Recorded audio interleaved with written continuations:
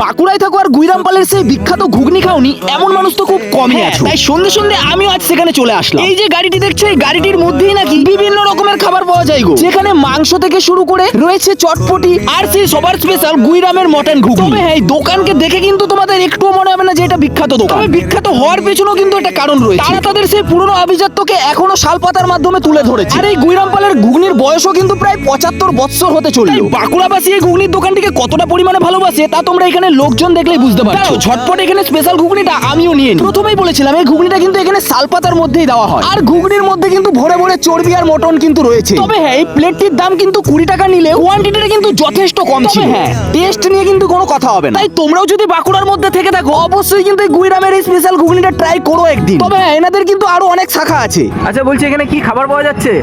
গুইরামপালের মাংসের ঘুগনি আছে special. গুইরামপালের special? হ্যাঁ, মানে মাংসের ঘুগনি। খাসির মাংসের ঘুগনি।